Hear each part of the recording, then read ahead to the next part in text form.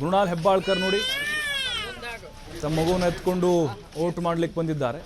ಸಚಿವೆ ಲಕ್ಷ್ಮಿ ಹೆಬ್ಬಾಳ್ಕರ್ ಇದ್ದಾರೆ, ಅವ್ರ ತಾಯಿ, ಜೊತೆಗೆ ಚನ್ನರಾಜ್ ಹಟ್ಟಿಹೊಳಿ ಕೂಡ ಓಟ್ ಮಾಡಲಿಕ್ಕೆ ಬಂದಿದ್ದಾರೆ. ಬೆಳಗಾವಿಯ ಗ್ರಾಮೀಣ ಮತಕ್ಷೇತ್ರದಲ್ಲಿ ಅವರು ಓಟ್ ಮಾಡಲಿಕ್ಕೆ ಈಗ ಆಗಮಿಸ್ತಾ ಇರುವಂಥ ದೃಶ್ಯಗಳನ್ನು ನಾವು ನೋಡ್ತಾ ಇದ್ದೀವಿ. ಮತ್ತು ಅಲ್ಲಿ ಅವರ ಅಭಿಮಾನಿಗಳು ಸಾಕಷ್ಟು ಸಂಖ್ಯೆಯಲ್ಲಿ ನೆರೆದಿದ್ದಾರೆ. ಪಿಂಕ್ ಮತಗಟ್ಟೆಯನ್ನು ಕೂಡ ಅಲ್ಲಿ ಸ್ಥಾಪನೆ ಮಾಡಲಾಗಿದೆ. ವಿಶೇಷವಾಗಿ ಆ ಮತಗಟ್ಟೆಯಲ್ಲಿ ಸಚಿವೆ ಲಕ್ಷ್ಮಿ ಹೆಬ್ಬಾಳ್ಕರ್ ತಮ್ಮ ಕುಟುಂಬ ಸಮೇತರಾಗಿ ಈಗ ಓಟ್ ಮಾಡಲಿಕ್ಕೆ ಬರ್ತಾ ಇದ್ದಾರೆ.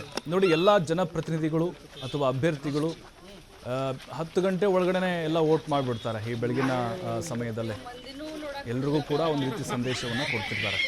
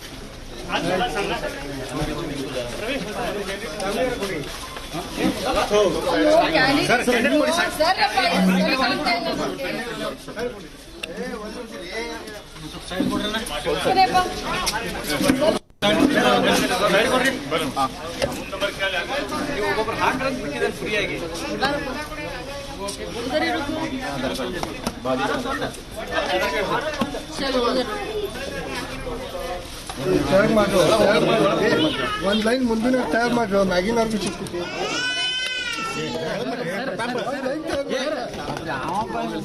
ರೇ ರವಿ ತಯಾರು ಮಾಡು. ಪೊಲೀಸ್ ಹೆಂಗ್ ಮಾಡ್ಲಿ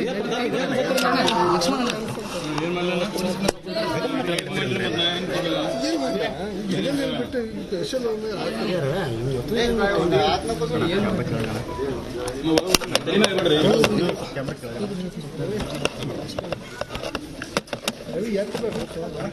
ಮೊಬೈಲ್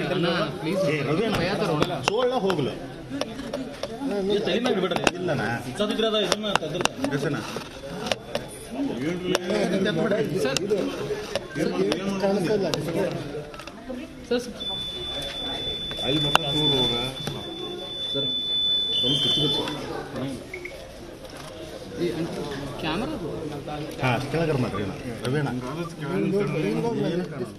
ನೋಡಿ, ಎರಡು ದೃಶ್ಯ ನೋಡ್ತಾ ಇದ್ದೀರಿ. ಒಂದು ರಾಜಶೇಖರ್ ಹಿಟ್ನಾಳ್, ಅಲ್ಲಿ ಕೊಪ್ಪಳ ಲೋಕಸಭಾ ಕ್ಷೇತ್ರದ ಅಭ್ಯರ್ಥಿ ರಾಜಶೇಖರ್ ಹಿಟ್ನಾಳ್ ಅವರು ಕೂಡ ಬಂದು ಬೆಳಗ್ಗೆ ತಮ್ಮ ಹಕ್ಕನ್ನು ಚಲಾಯಿಸಿದ್ದಾರೆ, ವೋಟಿಂಗನ್ನು ಮಾಡಿದ್ದಾರೆ. ಮತ್ತು ಎಲ್ಲರೂ ಪ್ರತಿಯೊಬ್ಬರು ಕೂಡ ಬಂದು ವೋಟ್ ಮಾಡಬೇಕು ಅನ್ನುವಂಥ ಒಂದು ಸಂದೇಶವನ್ನು ಕೊಟ್ಟಿದ್ದಾರೆ. ಇನ್ನೊಂದು ಭಾಗದಲ್ಲಿ ನೋಡ್ತಾ ಇದ್ದೀವಿ ಸಚಿವೆ ಲಕ್ಷ್ಮಿ ಹೆಬ್ಬಾಳ್ಕರ್ ಹಾಗೆ ಅವರ ಪುತ್ರ ಮೃಣಾಲ್, ಕಾಂಗ್ರೆಸ್ ಅಭ್ಯರ್ಥಿ ಕೂಡ ಹೌದು. ಮೃಣಾಲ್ ಹೆಬ್ಬಾಳ್ಕರ್ ತಮ್ಮ ಪುತ್ರಿ ಅಂದರೆ ನೋಡಿ, ತಮ್ಮ ಪುತ್ರಿಯ ಜೊತೆಗೆ ಆಗಮಿಸಿ, ಆ ಮಗುವಿನ ಜೊತೆಗೆ ಆಗಮಿಸಿ ಬಂದು ತಮ್ಮ ಓಟನ್ನು ಚಲಾಯಿಸಿದ್ದಾರೆ. ಈಗ ನೋಡಿ, ಶಾಹಿ ಪ್ರದರ್ಶನವನ್ನು ಮಾಡ್ತಿದ್ದಾರೆ, ವಿಕ್ಟರಿ ಸಿಂಬಾಲ್ ಕೂಡ ತೋರಿಸ್ತಾ ಇದ್ದಾರೆ. ಈ ಬಾರಿ ಗೆಲುವು ನಮ್ಮದೇ ಅನ್ನುವಂಥ ವಿಶ್ವಾಸದಲ್ಲೂ ಕೂಡ ಮೃಣಾಲ್ ಹೆಬ್ಬಾಳ್ಕರ್ ಇದ್ದಾರೆ. ಅಂದರೆ ಈಗ ಲಕ್ಷ್ಮಿ ಹೆಬ್ಬಾಳ್ಕರ್ ಅವರು ಕೂಡ ನಿರಂತರವಾಗಿ ತಮ್ಮ ಪುತ್ರನ ಜೊತೆಗೆ ಪ್ರಚಾರ ಕಾರ್ಯವನ್ನು ಕೂಡ ಕೈಗೊಂಡಿದ್ದರು. ಇನ್ನು ರಾಘವೇಂದ್ರ ಹಿಟ್ನಾಳ್ ನೋಡಿ, ಅವರು MLA, ಈಗ ಕಾಂಗ್ರೆಸ್ MLA, ಅಣ್ಣ ತಮ್ಮ ಇಬ್ಬರು ಕೂಡ ಬಂದು ಕೊಪ್ಪಳದಲ್ಲಿ ತಮ್ಮ ಹಕ್ಕನ್ನು ಚಲಾಯಿಸಿದ್ದಾರೆ. ಲಕ್ಷ್ಮಿ ಹೆಬ್ಬಾಳ್ಕರ್ ಈಗ ಮತದಾನವನ್ನು ಚಲಾಯಿಸ್ತಾ ಇದ್ದಾರೆ. ಈಗ ಮೃಣಾಲ್ ಅವರು ವೋಟ್ ಮಾಡಿದರು. ಲಕ್ಷ್ಮಿ ಹೆಬ್ಬಾಳ್ಕರ್ ಅವರು ಕೂಡ ಈಗ ಮತದಾನದ ಕೇಂದ್ರದ ಒಳಗಡೆ ಹೋಗಿ ವೋಟಿಂಗನ್ನು ಮಾಡ್ತಾ ಇದ್ದಾರೆ. ಪ್ರತಿಯೊಬ್ಬರೂ ಕೂಡ ಬಂದು ಜಿಲ್ಲೆಯಲ್ಲಿ ವೋಟನ್ನು ಮಾಡಬೇಕು ಅಂತ ಕೇಳ್ಕೊಳ್ತಾ ಇದ್ದಾರೆ. ಯಾಕಂದರೆ 10 ಗಂಟೆ ಅಥವಾ 11 ಗಂಟೆ ಒಳಗಡೆ ಬಂದು ವೋಟ್ ಮಾಡಿದರೆ ಜಾಸ್ತಿ ಪ್ರಮಾಣದಲ್ಲಿ ಅದು ನಿಜಕ್ಕೂ ದಾಖಲೆ ಆಗುತ್ತೆ ಅದು. ಯಾಕಂದರೆ ಮತ್ತೆ ಬಿಸಿಲು ಶುರುವಾಯಿತು ಅಂತ ಹೇಳಿದ್ರೆ ಜನರು ಸ್ವಲ್ಪ ಹಿಂದೇಟು ಹಾಕ್ತಾರೆ ಮನೆಯಿಂದ ಆಚೆ ಬರಲಿಕ್ಕೆ ಕೂಡ. ಲಕ್ಷ್ಮಿ ಹೆಬ್ಬಾಳ್ಕರ್ ವೋಟ್ ಮಾಡಿದ್ದಾರೆ ನೋಡಿ, ವೋಟ್ ಮಾಡಿ ತೆರಳುತ್ತಾ ಇದ್ದಾರೆ ಈಗ ಬೆಳಗಾವಿಯ ಗ್ರಾಮಾಂತರ ಕ್ಷೇತ್ರದಲ್ಲಿ. ಇನ್ನು ಬಸವರಾಜ ಹೊರಟ್ಟಿ ನೋಡಿ, ಸಭಾಪತಿ, ವಿಧಾನ ಪರಿಷತ್ನ ಸಭಾಪತಿ ಬಸವರಾಜ ಹೊರಟ್ಟಿ ತಮ್ಮ ಪುತ್ರನೊಂದಿಗೆ ಬಂದು ವೋಟನ್ನು ಚಲಾಯಿಸಿದ್ದಾರೆ. ಅವರು ಕೂಡ ಹುಬ್ಬಳ್ಳಿಯಲ್ಲಿ ಬಂದು ಬಸವರಾಜ ಹೊರಟ್ಟಿ ತಮ್ಮ ಹಕ್ಕನ್ನು ಚಲಾಯಿಸಿದ್ದಾರೆ. ಪ್ರತಿಯೊಬ್ಬರು ಕೂಡ ಬಂದು ಕಡ್ಡಾಯವಾಗಿ ಮತದಾನ ಮಾಡಬೇಕು ಅಂತ ಹೇಳಿದ್ದಾರೆ. ಇನ್ನು ಹೆಬ್ಬಾಳ್ಕರ್ ಅವರ ಸಹೋದರ ಚನ್ನರಾಜ್ ಹಟ್ಟಿಹೊಳಿ ಜೊತೆಗೆ ಅಭ್ಯರ್ಥಿ ಮೃಣಾಲ್ ಹೆಬ್ಬಾಳ್ಕರ್ ಲಕ್ಷ್ಮೀ ಹೆಬ್ಬಾಳ್ಕರ್ ಅವರು 3 ಜನ ವೋಟ್ ಮಾಡಿ ವಿಕ್ಟ್ರಿ ಸಿಂಬಲ್ ತೋರಿಸ್ತಾ ಇದ್ದಾರೆ, ನೋಡ್ತಾ ಇದ್ದೀವಿ, ನಾವು ಗಮನಿಸ್ತಾ ಇದ್ದೀವಿ. ಬೆಳಗಾವಿಯ ಗ್ರಾಮೀಣ ಭಾಗದಲ್ಲಿ ಇವರೀಗ ವೋಟನ್ನು ಮಾಡಿದ್ದಾರೆ. ಇನ್ನು ಅಭಯ್ ಪಾಟೀಲ್, ಶಾಸಕ ಅಭಯ್ ಪಾಟೀಲ್ ಅವರು ಕೂಡ ಬೆಳಗ್ಗೆ ಬಂದು ಬೆಳಗಾವಿಯಲ್ಲಿ ವೋಟನ್ನು ಮಾಡಿದ್ದಾರೆ. ಆ ದೃಶ್ಯಗಳನ್ನು ಕೂಡ ನಾವು ನೋಡ್ತಾ ಇದ್ದೀವಿ. ಇನ್ನು ಬೆಳಗಾವಿ ಗ್ರಾಮೀಣದಲ್ಲಿ ಮೃಣಾಲ್ ಹೆಬ್ಬಾಳ್ಕರ್ ಇವರೆಲ್ಲರೂ ಈಗ ವೋಟ್ ಮಾಡಿ ತೆರಳುತ್ತಾ ಇದ್ದಾರೆ. ಮತ್ತೆ ಬಿಸಿಲು ಶುರುವಾಯಿತು ಅಂತ ಹೇಳಿದ್ರೆ ಸಹಜವಾಗಿ ಅಲ್ಲಿ ನೀರಸವಾಗಿ ಮತದಾನ ಪ್ರಕ್ರಿಯೆ ಆರಂಭವಾಗುತ್ತೆ. ಆರಂಭದಲ್ಲಿ 10 ಗಂಟೆ ಒಳಗಡೆ ಬಂದು ಎಲ್ಲ ಮತದಾನವನ್ನು ಮಾಡಿ ಅಂದರೆ ಕೊನೆಯ ದಿನ ಇದು. ಮತ್ತೆ 1 ತಿಂಗಳ ರಿಸಲ್ಟ್ ಕಾಯಬೇಕು, ಜೂನ್ 4ರವರೆಗೆ ಹೋಗಿ ಆರಾಮಾಗಿ ವಿಶ್ರಾಂತಿಯನ್ನು ತೆಗೆದುಕೊಳ್ಳೋದು. ಆಮೇಲೆ ಟೆನ್ಷನ್ ಫ್ರೀಯಾಗಿ ಮತ್ತೆ ಅದು ಟೆನ್ಷನ್ ಇದ್ದೇ ಇದೆ. ಜೂನ್ 3ನೇ ತಾರೀಕಿಂದ ಮತ್ತೆ ಅದು ಕಂಟಿನ್ಯೂ ಆಗುತ್ತೆ.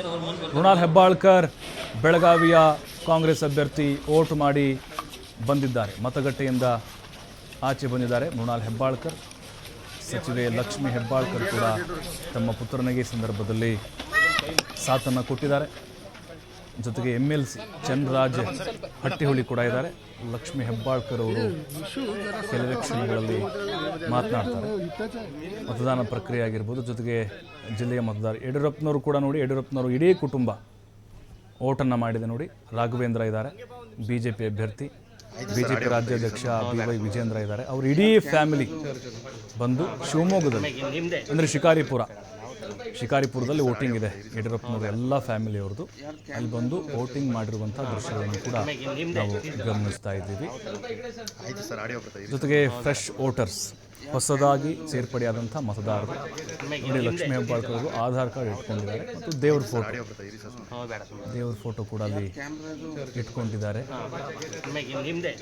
ಈಗಾಗಲೇ ವೋಟ್ ಮಾಡಿ ತೆರಳುತ್ತಾ ಇದ್ದಾರೆ ಹೆಬ್ಬಾಳ್ಕರ್ ಜೊತೆಗೆ ಮೃಣಾಲ್. ಅವರು ಇಡೀ ಕುಟುಂಬಸ್ಥರು ಬಂದು ಬೆಳಗಾವಿಯ ಗ್ರಾಮೀಣ ಭಾಗದಲ್ಲಿ ತಮ್ಮ ಹಕ್ಕನ್ನು ಚಲಾಯಿಸಿದ್ದಾರೆ. ಇನ್ನು ಹುಬ್ಬಳ್ಳಿಯಲ್ಲೂ ಕೂಡ ಹೊಸ ಮತದಾರರು ಬಂದು ಬಹಳ ಖುಷಿಯಿಂದ ವೋಟ್ ಮಾಡಿದ್ದಾರೆ. ಎಲ್ಲ ಕಡೆಗಳಲ್ಲಿ 14 ಲೋಕಸಭಾ ಕ್ಷೇತ್ರಗಳಲ್ಲೂ ಬೆಳಗ್ಗೆ 7 ಗಂಟೆಯಿಂದ ಬಿರುಸಿನ ಮತದಾನ ನಡೀತಾ ಇದೆ. ದಾಖಲೆಯ ವೋಟಿಂಗ್ ಆಗುತ್ತೆ ಅನ್ನುವಂಥ ನಿರೀಕ್ಷೆ ಇದೆ ನಮಗೆ. ಈ ಬಾರಿ 70 ಮೇಲೆ ಹೋಗ್ಬೋದು. ಇದೇ ರೀತಿಯಾಗಿ ಮುಂದುವರೆದ್ರೆ ಒಟ್ಟು ಈ ಬಾರಿ ನಾವು ಗಮನಿಸಿದರೆ 2,59,00,000 ವೋಟರ್ಸ್ 14 ಲೋಕಸಭಾ ಕ್ಷೇತ್ರಗಳಲ್ಲಿ 2,59,00,000 ಮತದಾರರು ತಮ್ಮ ಹಕ್ಕನ್ನು ಇವತ್ತು ಚಲಾಯಿಸ್ತಾರೆ. ಒಟ್ಟು 28,269 ಮತಕೇಂದ್ರಗಳನ್ನು ಕರ್ನಾಟಕದ 14 ಕ್ಷೇತ್ರಗಳಲ್ಲಿ, ಈ 14 ಕ್ಷೇತ್ರಗಳಲ್ಲಿ ತೆರೆಯಲಾಗಿದೆ. ಬಟ್ ವೋಟ್ ಶೇರಿಂಗ್ ಪ್ರಮಾಣ ಅಂದರೆ ಈಗ ಮತದಾನದ ಪ್ರಮಾಣ ನಮಗೆ 9:30 ಇಷ್ಟೊತ್ತಿಗೆ ಗೊತ್ತಾಗ್ಬೋದು. 9:30 ಅಥವಾ 10 ಗಂಟೆ ಒಳಗಡೆ ಎಷ್ಟು ಪ್ರಮಾಣದಲ್ಲಿ ಆಗಿದೆ ಅದ್ರ ಮೇಲೆ ನಾವು ಲೆಕ್ಕ ಹಾಕ್ಬೋದು. ಸಂಜೆ ಒಳಗಡೆ ಎಷ್ಟಾಗ್ಬೋದು, ಮಧ್ಯಾಹ್ನದೊಳಗಡೆ ಎಷ್ಟಾಗ್ಬೋದು ಅಂತೇಳಿ. ಈಗ 10 ಗಂಟೆ ಒಳಗಡೆ ಏನಾದರೂ ಒಂದು 30%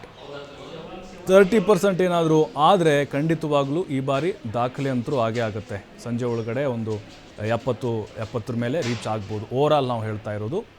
ಹಾಗಾಗಿನೇ ಈಗ ಪ್ರತಿಯೊಬ್ಬರು ಬಂದು ಟೈಮ್ ವೇಸ್ಟ್ ಮಾಡದೆ ಕಡ್ಡಾಯವಾಗಿ ಮತದಾನವನ್ನು ಮಾಡಬೇಕು. ವಿಶೇಷ ಚೇತನರು ನೋಡಿ ಬಹಳ ಉತ್ಸಾಹದಿಂದ ಬಂದು ಖುಷಿಯಿಂದ ವೋಟ್ ಮಾಡಿ ಅವರು ಕೂಡ ತೆರಳಿದ್ದಾರೆ. ಎಲ್ರಿಗೂ ಒಂದು ರೀತಿ ಸ್ಫೂರ್ತಿ, ಅವರೇ ಬರ್ತಿದ್ದಾರೆ, ಇನ್ನೆಲ್ಲ ಸರಿ ಇದ್ದಂಥವ್ರು ನಾವ್ಯಾಕೆ ಬರಬಾರ್ದು ಅಂಥೇಳಿ 5 ವರ್ಷಕ್ಕೊಮ್ಮೆ ಬರುವಂತಹ ಈ ಮತದಾನದ ಹಬ್ಬದಲ್ಲಿ, ಜಾತ್ರೆಯಲ್ಲಿ ಪ್ರತಿಯೊಬ್ಬರು ಕೂಡ ಪಾಲ್ಗೊಳ್ಬೇಕು. ನಾವು ಭಾರತೀಯರು ಅನ್ನೋದನ್ನು, ನಾವು ಇಲ್ಲಿನ ಪ್ರಜೆಗಳು, ನಾಗರಿಕರು ಅನ್ನೋದನ್ನು ಪ್ರೂವ್ ಮಾಡಿಕೊಳ್ಳೋಕ್ಕೆ ಒಂದು ದಿನ ಇದು. ಹಾಗಾಗಿ ಮಿಸ್ ಮಾಡಿಕೊಂಡ್ರೆ ಮತ್ತೆ ಅಲ್ಲಿ ಪ್ರಶ್ನೆ ಮಾಡಲಿಕ್ಕೆ ನಿಮಗೆ ಯಾವುದೇ ಅರ್ಹತೆ ಯೋಗ್ಯತೆ ಇರೋದಿಲ್ಲ. ನಾವು ವೋಟ್ ಮಾಡದೇ ಇದ್ದರೆ ನಮ್ಗೆ ಅರ್ಹತೆ ಕಳ್ಕೊಂಡ್ಬಿಡ್ತೀವಿ ನಾವು. ಹಾಗಾಗಿಯೇ ಪ್ರತಿಯೊಬ್ಬರ ಜವಾಬ್ದಾರಿ ಬರಬೇಕು.